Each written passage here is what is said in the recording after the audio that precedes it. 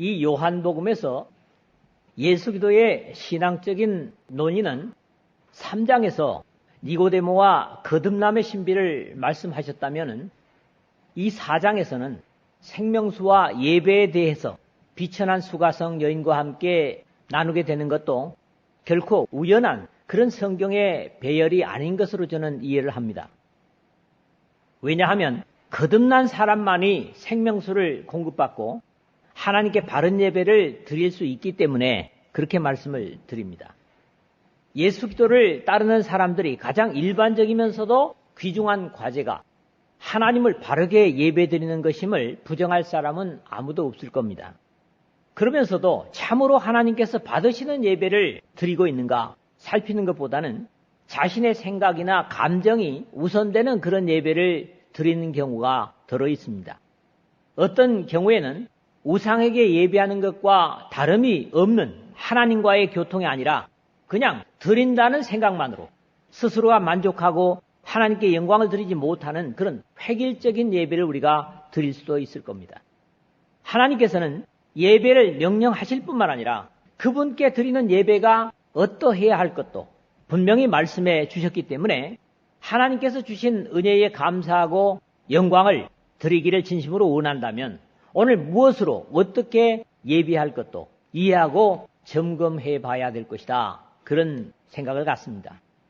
진정으로 일생을 통해서 하나님을 영화롭게 하고 아버지의 뜻을 순종하는 모범이신 예수 그리스도께서 이런 귀중한 부분을 가르치신 대상이 당시에 예배자가 아닌 사마리아 여인이었지만 그 여인을 통해서 우리에게 주시는 예배의 교훈이 대단히 중요함을 깨닫습니다.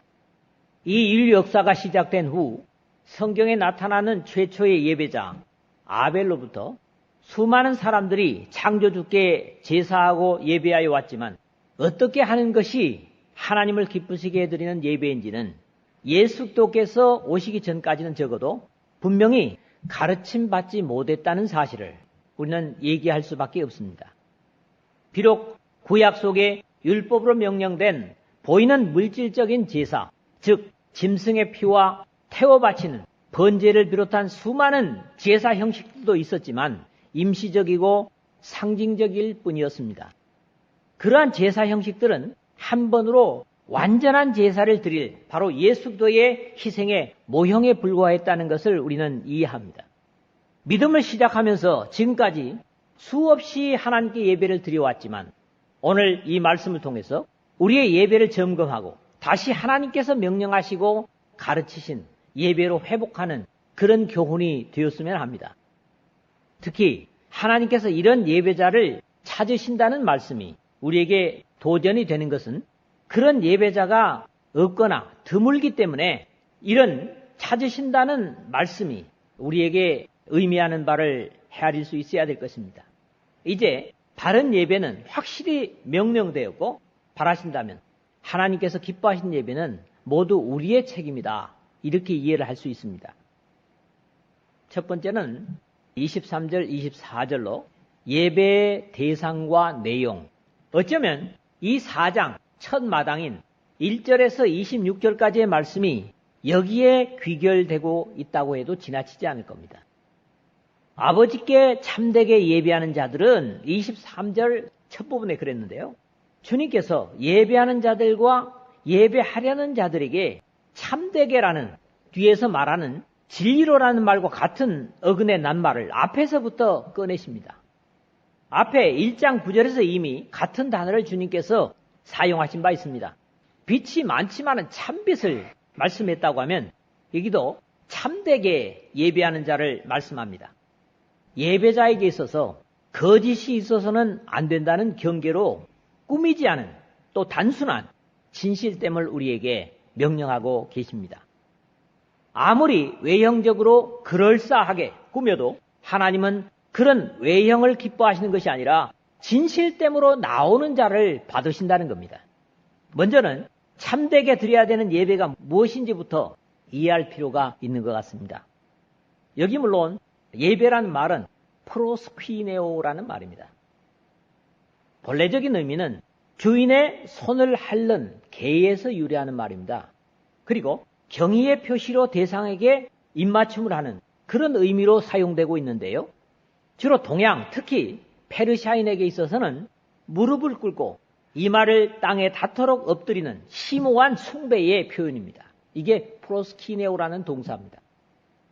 신약 성경에서 경의를 표하기 위해서, 간청하기 위해서 또는 복종하기 위해서 무릎을 꿇거나 엎드려서 탄원하고 애원하고 간청을 하는 것으로 나타나는데, 한마디로 얘기하면 비교될 수 없는 지극히 높은 위엄의 존재에게 경의를 표하기 위해서 보여지는 모습이다. 이렇게 결론 지을 수가 있습니다. 이런 입장에서 영어의 worship 역시 예배, 숭배, 흠모, 열렬한 사랑, 최고의 가치를 드리다 등등의 의미를 가지는 것도 그렇습니다. 영과 진리로 예배할 때가 오나니 곧 이때라. 23절 그 중반절에 그랬는데 다음 절에서도 역시 거론되겠지만 이것이야말로 예배의 내용, 요즘 흔히 말하는 뭡니까? 컨텐츠라 그러죠. 구약 율법 시대의 제사법은 레위기에 다 기록이 되고 있죠. 번제, 소제, 화목제, 속죄제, 속건제, 이 수많은 제사들이 거론되고 있습니다마는 이는 여호와께 향기로운 냄새니라. 제사를 잘 드림으로써 결론적인 내용이 그렇게 기록이 되고 있습니다. 역시 완전한 제사나 예배는 될 수 없는 그림자에 불과했지만은 역시 하나님께서 명령하신 것을 행함으로 하나님께 향기로운 냄새라고 표현을 하고 있습니다. 이 23절에 영과 진리로는 다음 절에서 자세히 다루겠지만은 이렇게 예배할 때가 오나니 라는 표현은 주님께서 이 말씀을 하실 때까지도 아직도 이런 예배가 없었음을 전제로 하는 말씀입니다. 주님께서 이렇게 말씀하셨음에도 사실 이러한 예배를 드리도록 가능하게 하는 것도 시간이 지나면이거나 또는 사람이 발견하게 되는 것이 아니라 바로 예수 그리스도 자신의 십자가에 드리시는 희생으로 가능해질 것을 내다보시는 표현이라고 이해를 합니다. 무엇보다도 이렇게 예배할 때가 올 것인데 곧 이때라고 말씀을 하십니다. 역시 과거에는 이런 예배가 없었다는 의미와 함께 주님께서 이때, 지금부터 이후로는 의미로 우리가 이해를 할 수가 있습니다. 그러므로 예수 그리스도로부터 드려지는 예배의 요소가 비로소 영과 진리로 드려지는 예배가 될 것이라는 그런 말씀입니다. 보다 적극적인 의미는 아버지께서는 이렇게 예배하는 자들을 찾으시느니라. 23절 하반절에 그랬죠. 하나님께서는 이제는 이렇게 예배하는 자를 찾으신다고 하셨으므로 여기서도 영과 진리로 예배하지 않는 자들은 제외됨을 이해할 수 있습니다. 하나님은 영이시니 예배하는 자가 영과 진리로 예배할지니라. 이제 24절에 오늘 말씀의 중심에 왔습니다. 어찌 보면 하나님께 영과 진리의 예배를 말씀하시면서 예배하는 자를 이 23절, 24절 두 절에 세 번이나 반복해서 말씀하고 계심도 우리가 지나칠 수 없는 내용입니다. 어떤 대상에게 또 많은 예배자들이 있지만 하나님께서는 자신에게 영과 진리, 참으로 예배하는 자들만을 인정하신다는 두려운 의미도 함께 포함하고 있기 때문입니다. 먼저 바른 예배 대상을 말씀하시면서 하나님은 영이시니 하신 내용입니다. 하나님은 물질로 구성된 우상으로 만든 신이 아니기 때문에 그분께 최고의 가치를 드리는 것도 보이는 세상의 가치나 재료가 될 수 없는 것은 어쩌면 당연한 것으로 이해할 수 있습니다. 예배를 분명히 받으심에 있어서 그 물질을 드리면서 이게 제물이라고 생각하는데 잘못된 표현입니다. 우리 예배의 중심의 제물은 바로 한 번으로 드려진 예수 그리스도의 희생입니다. 이 희생을 하나님 앞에 두고 우리가 예배를 드리는 것이거든요. 하나님은 보이는 물질로 구성된 사람과 같은 존재가 아니시기 때문에 늙거나 낡아질 수 없는 분이라는 것도 역시 이해됩니다. 이런 이유에서 영과 진리로 예배할지니라 하는 이치가 어울리는 것이죠. 물론 구약의 마당에서는 이러한 물질에 익숙해 있는 사람들에게 물질적인 제사를 드리게 하셨지만 그것은 한시적이고 완전한 제사의 모형일 뿐이라고 하는 것을 말씀드렸습니다. 그렇다면 과연 영과 진리로 예배할지니라 하는 내용에 영과 진리가 무엇이고 어떤 성격의 것인가를 바로 이해할 필요가 있습니다. 영, 우리가 많이 사용하는 푸뉴마라는 말입니다. 이것은 신약성경 무려 385회가 사용됩니다. 그리고 가장 많이 사용된 데가 하나님의 영이 강하게 역사하시는 사도행전에 무려 70회가 쓰여지고 있습니다. 바람, 즉 공기의 흐름, 숨이나 또는 잔잔히 부는 미풍, 영혼, 생동하는 원리, 기질, 천사, 마귀, 하나님, 그리스도의 영, 성령, 이 엄청난 종류의 의미를 가지고 있습니다. 인간의 몸을 살게 하는 생동하는 원리도 역시 푸뉴마입니다. 물질로 만들어진 육체가 아닌 필수적인 어떤 것이라고 사람에게 있어서 푸뉴마를 이해하게 됩니다. 그렇지만 수식하는 내용에 따라서는 하나님께 속한 신령한 것일 수도 있고 또 마귀 사탄을 의미하는가 하면 어둠의 영, 사람의 영 등등 쓰여지고 있기 때문이죠. 사람의 정신세계나 삶과 더불어서도 표현되는 그야말로 다양한 의미를 신약성경에서 우리가 읽어볼 수 있습니다. 여기에 사용될 때는 이미 앞에 22절에서 말씀하셨던 대로 이 산에서도 말고 예루살렘에서도 말고 라는 장소적이거나 물질적인 제사와 반대되는 요소를 말씀하신 것이면서 무엇보다도 하나님의 영과 더불어 드리는 예배여야 함을 지적하시는 겁니다. 앞에 3장 6절에서 그랬죠. 육으로 난 것은 육이요 영으로 난 것은 영이니 말씀하셨지만 결국 육으로 난 사람 그대로는 영적인 예배 자체가 불가능하기 때문에 하늘로부터 다시 거듭나서 새로운 피조물이 된 사람 속에 함께 하시는 성령의 감동과 함께 드려지는 예배여야 함을 말씀하시는 내용입니다. 그 다음에 이제 진리라는 게 있죠. 앞에서는 알레디노스라는 참으로라는 표현을 얘기했는데요. 여기서는 알레데이아, 신약성경에 110번이 사용되고요. 가장 많이 사용되는 성경이 어딘지 혹시 아시겠어요? 요한복음입니다. 우리가 지금 상고하고 있는 요한복음에 무려 25회가 110번 중에서요. 쓰여지고 있습니다. 진리, 사실, 참되게, 진실성 이런 내용들인데 잘못의 반대로 우리 그리스도교의 본질과 사실을 의미하는 것이기도 하면서 앞에 영으로라는 표현이 보여지지 않는 것이었다면 여기 진리로는 우리는 아는 것을 예배하노니 이는 구원이 유대인에게서 남이라 하는 22절 하반절에 말씀을 전제로 하신 말씀입니다. 아는 것을 예배하노니 라는 말씀은 인류 구원을 계시하시는 구약 성경의 모든 기록된 말씀을 유대인들만이 알고 있기 때문에 이는 구원이 유대인에게서 남이라 덧붙이는 것입니다. 구원이 완료된 오늘에는 계시된 완벽한 영적 교훈이 주어졌기 때문에 알지 못해서 잘못 예배하였습니다 하는 변명은 더 이상 호소력이 없습니다.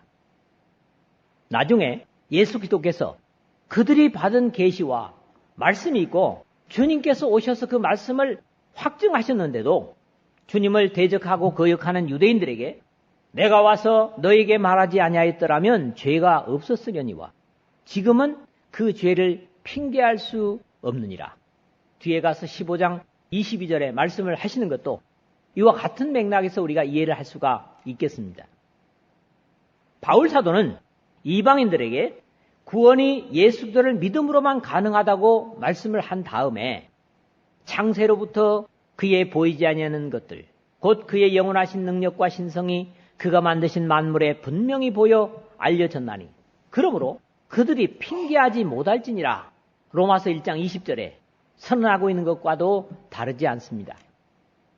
자연을 통해 계시를 주셨을 뿐만 아니라 최종적으로 완전한 구원의 계시의 완성자로 이 땅에 오신 그리스도를 거역하면 더 이상 핑계할 수 없다는 말을 하는 겁니다.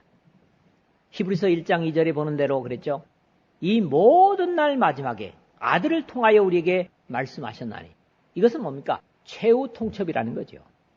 그러므로 영과 진리는 이런 이유에서도 일반 사람들이 만든 종교에 구별이 되는 것을 우리는 이해할 수 있습니다.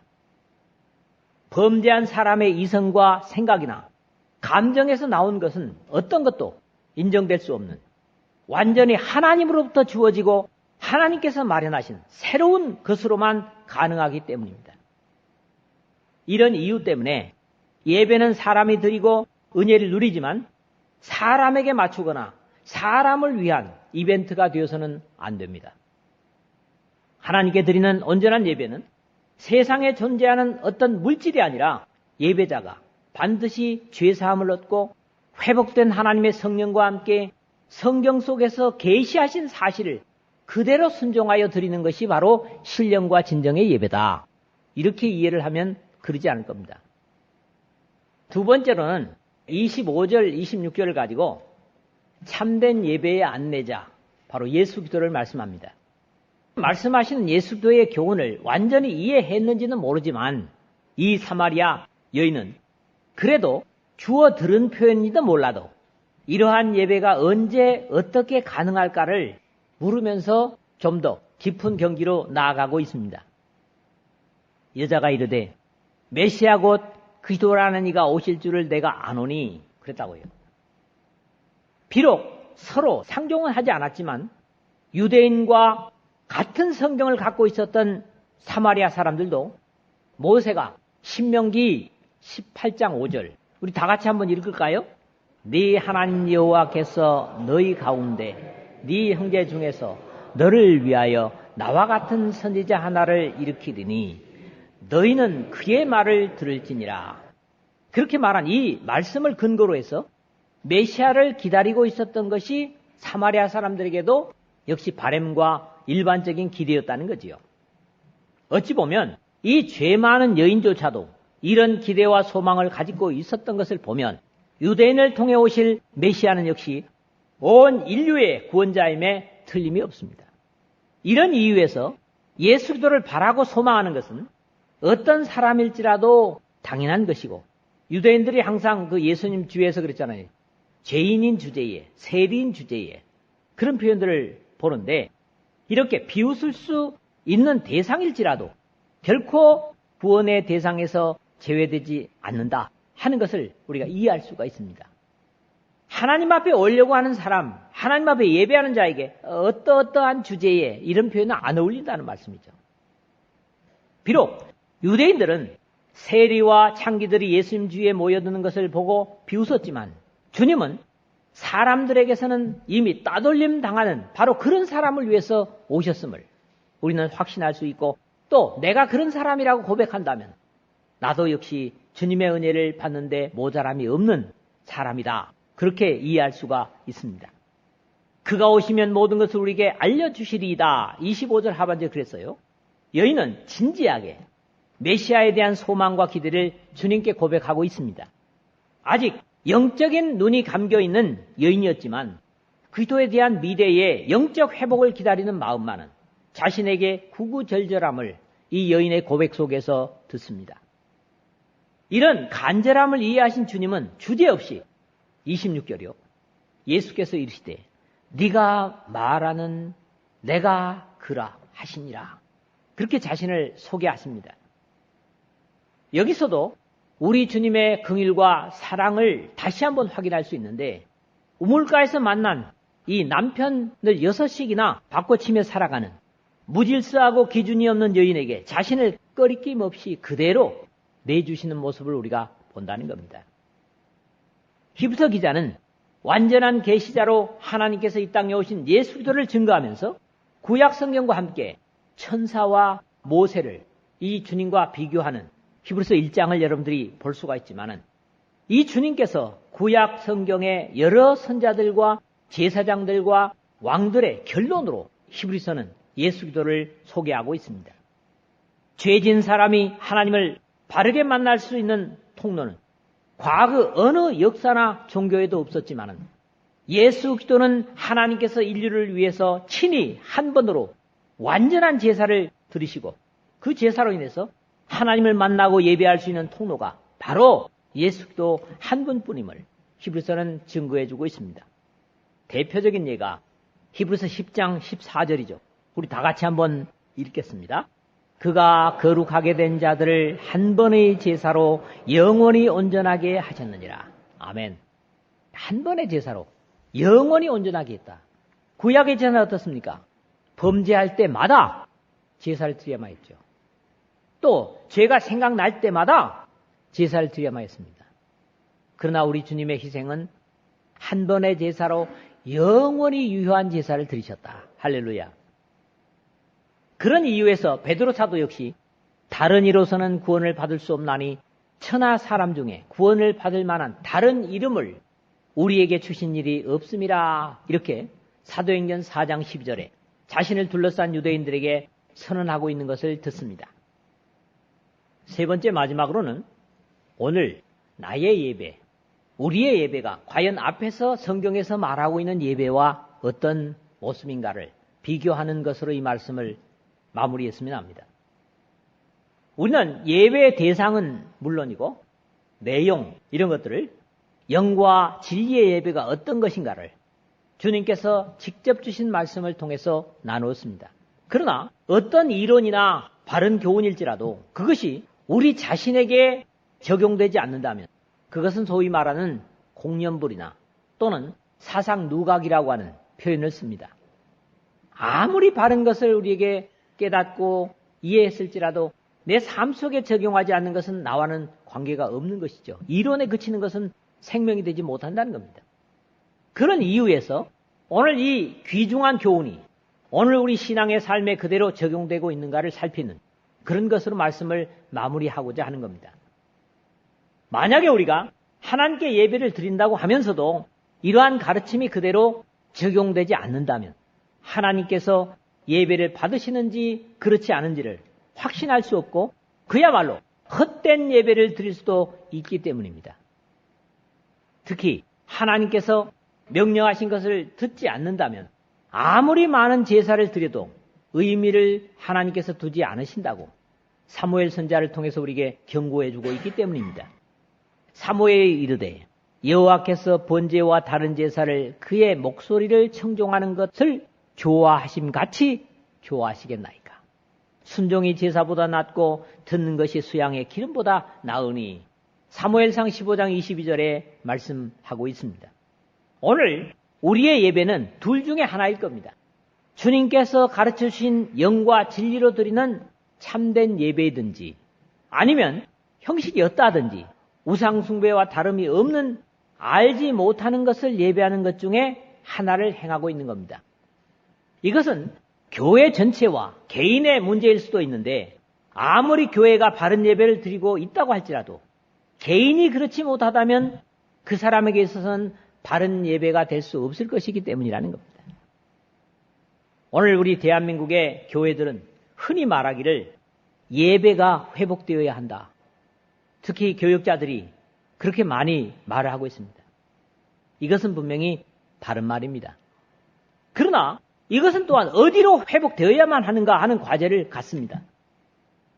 사실 신앙과 삶의 출발이 예배입니다. 그렇다고 이 사마리아 여인처럼 혼동할 이유는 없는 것은 모든 영적인 원리가 이미 제공되었고 순종하려고만 하면 어려움이 없을 것이기 때문입니다. 그렇다면 주님께서 말씀하신 우리가 본받아야 할 바른 영과 진리의 예배의 모형을 어디서 찾을 수 있을까 판단해 볼 때 바로 십자가의 구속을 완성하시고 하늘로 승천하신 후에 성령께서 오셔서 시작된 예루살렘의 예배가 될 것입니다. 그러므로 예언된 교회의 완성인 신약 성경의 모습에서 찾을 수 있을 것이다. 그런 말씀이죠. 비록 역사가 흐르고 문화가 바뀌어도 본받아야 할 예배는 역시 초기 교회가 모형인 것을 부정할 사람은 없을 겁니다. 오순절 이후의 예배는 성령과 함께하는 사도들의 가르침과 함께 주님의 죽으심을 기념하는 우리는 고린도전서 11장 23절에서 26절을 바울을 통한 명령으로 보는데요. 이 기념하는 만찬과 함께 찬양과 기도가 중심이 되어 있고 이러한 교회의 역사가 흐르면서 매 주님의 날, 매주의 첫날 주님의 희생을 기념하기 위해 모이는 것으로 나타납니다. 그 주간의 첫날에 우리가 떡을 때려 하여 모였더니 하는 사도행전 20장 7절은 왜 안식 후 첫날 모였는가를 목적을 분명히 하고 있습니다. 완성된 예배는 십자가에서 우리의 죄를 감당하시고 죽으셨다가 사망의 어둠을 이긴 그 승리의 부활의 날에, 그게 바로 안식 후 첫날이잖아요. 또는 그 주간의 첫날이라고도 얘기하는데, 유월절을 비롯한 모든 짐승의 제사의 완성으로 희생되신 우리 주님의 희생을 기념하는 것이 복음으로 주어진 예배의 중심이 되어야 할 것을 확인하게 됩니다. 그러나 이 시대의 예배는 과거에 중세까지 있었던 가톨릭의 미사에 말씀은 없고 성사만 있었던 것에 반대해서 말씀이 예배의 중심이 되어야 한다 하는 그 잘못된 것에 대한 반감, 프로테스탄트적인 것으로 인해서 귀중한 주님의 희생을 기념하는 것에서 말씀을 선포하는 것으로 예배의 중심이 바뀌어버렸습니다. 영과 진리의 예배라고 할 때 사람의 입장이나 감정보다 중요한 것이 거룩하신 하나님의 성령과 계시된 주님의 말씀으로 드리는 예배임을 확인했다면 이 가르침에 순종하는 것이 바로 바른 예배일 것입니다. 예배 시간에 단순히 이렇게 명령하신 것들을 순종하면 예배를 완전히 드리는 것은 아닙니다. 그것이 다라고는 할 수 없습니다. 드려진 예배 속에서 확인된 예수도의 희생에 자신의 삶을 비춰보고 깨달은 것과 받은 은혜를 지체들과 함께 삶에 나누면서 변화된 삶으로 날마다 나아가는 산 제사로서의 예배가 로마서 12장 1, 2절에 바울이 부탁하는 대로 말이죠. 일상에 역시 지속되어야 우리의 삶이 비로소 완전한 예배로 드려지는 것입니다. 공식적인 예배에서도 우리의 몸을 드리는 것이 되지만은 영과 진리로 드리는 예배에서는 주님의 한 번으로 드려진 제사를 기념하라는 그런 명령을 받고 있고, 세상 속에서의 우리의 삶이 예배가 되는 것은 바로 우리의 거룩한 일상의 움직임이 하나님께 영광으로 돌려지는 것이 산 예배가 되기 때문입니다. 여러분, 오늘 이렇게 제가 어렵게 풀었는지 모르지만 신령과 진정의 예배로 하나님께 예배하는 것을 배웠습니다. 그렇다면 이 우리의 모여진 주님의 희생을 한 번으로 기념하는 이 예배, 그리고 그것의 연장과 함께 세상 속에서 거룩한 하나님의 백성으로 사는 예배를 여러분의 삶 속에 실천함으로 하나님께서 여러분을 통해 영광을 거두시고 여러분들은 늘 하나님으로부터 오는 성령의 위로와 기쁨이 충만한 예배자가 되시기를 주님의 이름으로 부탁을 드립니다.